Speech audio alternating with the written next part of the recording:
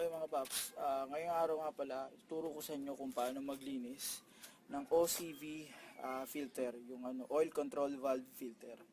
So, last video naturo ko sa inyo yung VVT, solenoid. So, yung oil dumadaan doon sa VVT, di ba? Ngayon, bago dumaan yung oil, nafi-filter muna siya sa OCV filter. Pwede rin siya tawagin na VVT filter o mas kilala siya bilang OCV filter, oil control valve filter. Dito siya banda. Yan.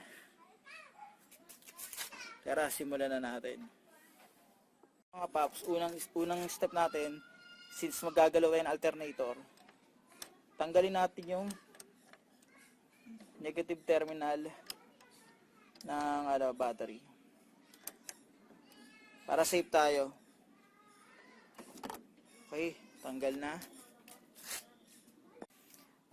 Tatanggalin natin tong bracket, itong alternator bracket para walang sagabal. Tapos di-disconnect natin yung mga connection para maigalaw natin pababa yung itong alternator. So tara, simulan na natin. Yung mga clippings tatanggalin din natin yan.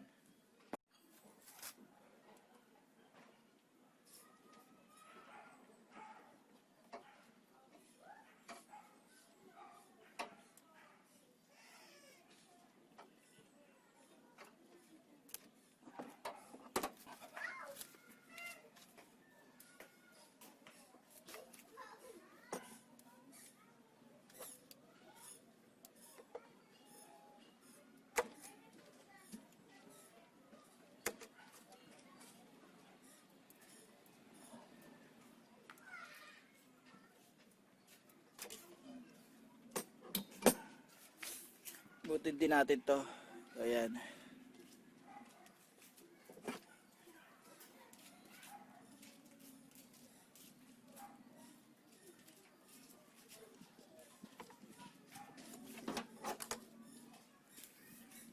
Okay.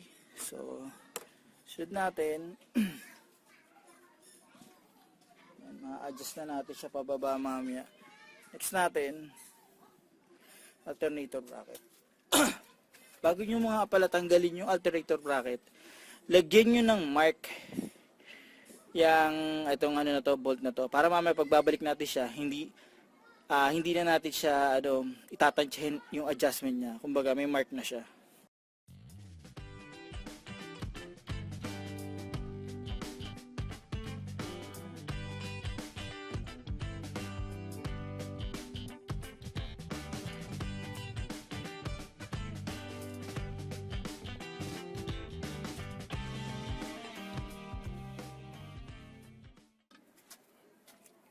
Tanggalin muna natin yung belt, kumbaga luwagan lang natin para may atras natin to alternator natin. So makunat siya. Hindi siya maiusod. Luwagan natin yung nasa ilalim ito. Yan. Nasa last video ko yan kung paano niluluwagan yan. Ito lang yan.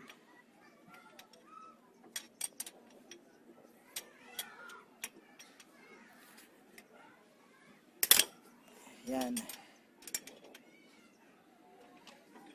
Maluwag na siya. Luwag lang yan hindi tatanggalin yung ilalim Yan, luwagan lang yan.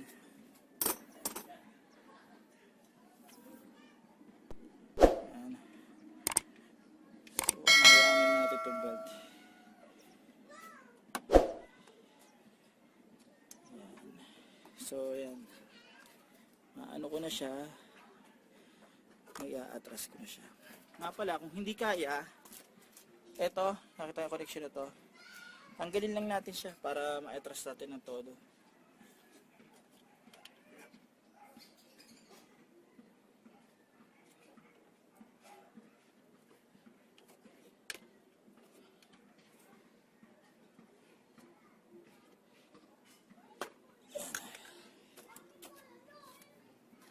Tanggal na siya. Atras ko rin.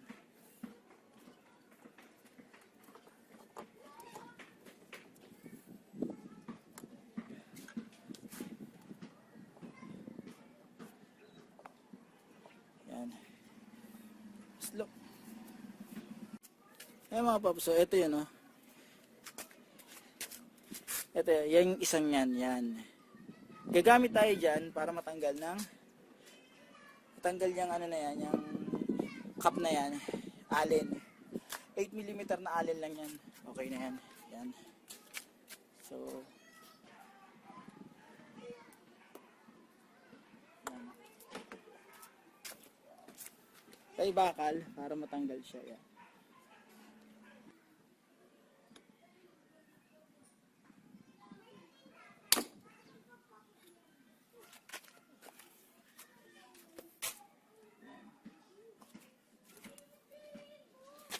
So yan mga paps, maluwag na yan. Yan. Gawin natin, lagyan tayo ng takip nito. Kasi medyo may tutuloy dyan pero okay lang yun. Yan.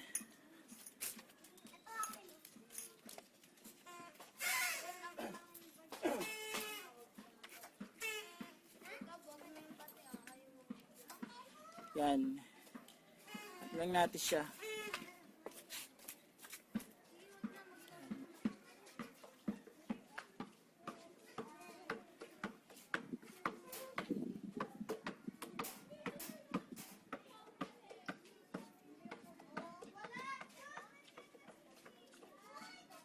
Yan na siya. Ito yung cup niya. Yan. Yan yung takip niya. Kunin natin yung ano, yung pinaka-filter niya sa loob.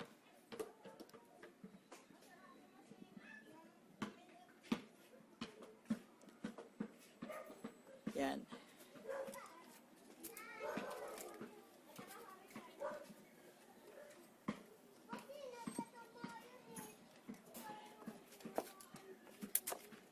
So, ito na siya. Ito na yung tawag nilang ano, OCV filter, yung oil control valve filter. Yan. Okay ba? Tara, linisin na natin 'to mga paps. Ito siya mga papi. Ito na yung ano, yung cup niya. Yan. Tapos ito yung OCV ano niya, filter niya. Yan. Ninyo, ano yan. Hindi siya masyadong madumi. So kung madumi to at barado na to, hindi na yung langis na dadaloy do sa VVT solenoid, pag marumi na rin, possible na mag-stack up yun. So mahalagang nalilinis din to. Yan. So ganito lang yan. Lilinis dyan. Syempre, a throttle body and carb cleaner. Ubugahan lang natin yan.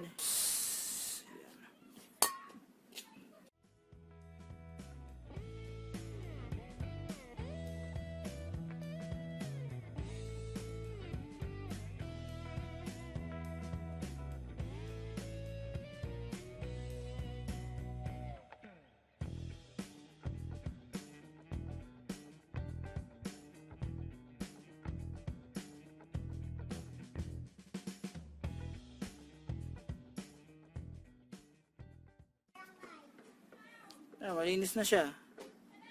Pwede na natin siyang ibalik ulit. Mga paps. Ibabalik na natin yung OCV filter niya, pero bago natin ibalik, punasan muna natin yung paligid dito. Linisin lang muna natin siya. Yan lang naman. So, yan, malinis na siya. Pwede na natin siya ibalik. Paps, ang pagbabalik nga pala nito, ganyan. Orientation yan, palaging nandito yung plastic Yan, babalik natin siya. Dapat ganyan yan, Paps. Dapat ganyan siya. So, ganyan na pagbabalik niyan.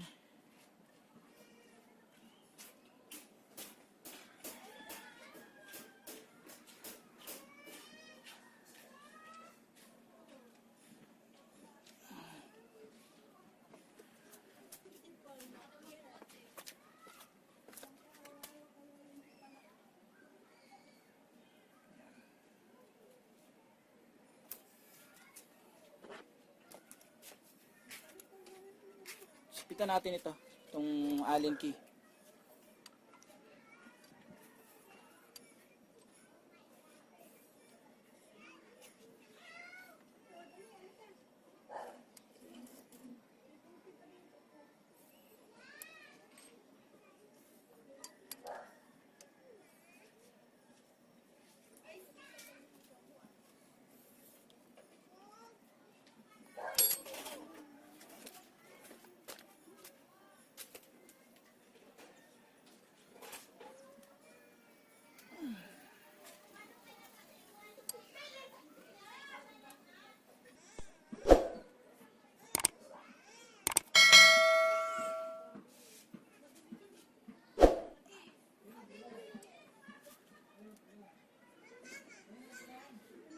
Siguro yung tamang higpit lang gagawin natin sa kanya, okay?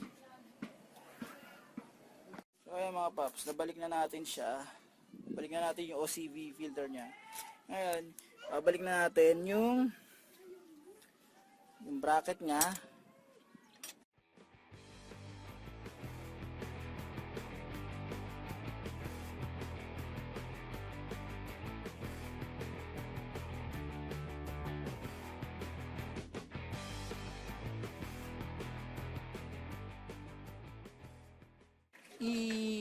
Eto, may mark yan, di ba? Yung mark kanina, ipapantay ko lang siya dyan bago ko higpitan.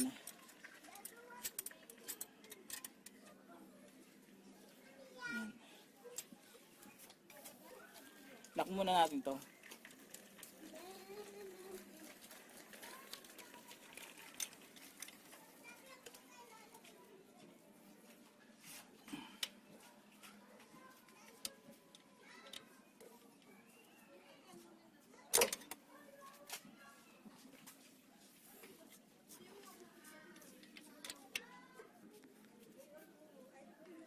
Yan, nakalak na yan. Sunod ito. So, pag higpitan na natin to, yan, tatapat lang natin siya doon sa mark niya. Gamit tayo ng tubo, yan, para maiusod siya papunta doon sa mark niya. Habang inusod siya doon, ilalak natin. So, ganito yan. Yan. Tapos, higpitan lang natin.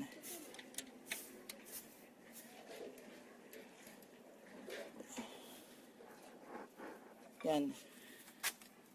So, pantay na siya sa mark niya. Yan. Ito natin to. Next, yung sa ilalim niya kanina, higpitan rin natin yun.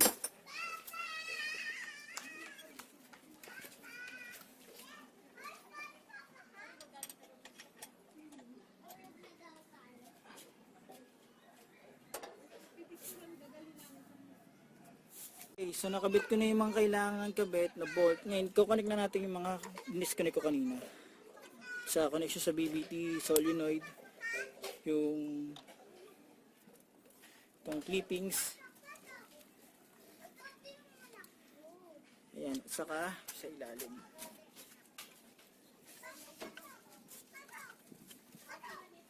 Ayan, check nyo kung nakakonect na lahat ha. Pag okay na yon, balik na natin yung negative terminal.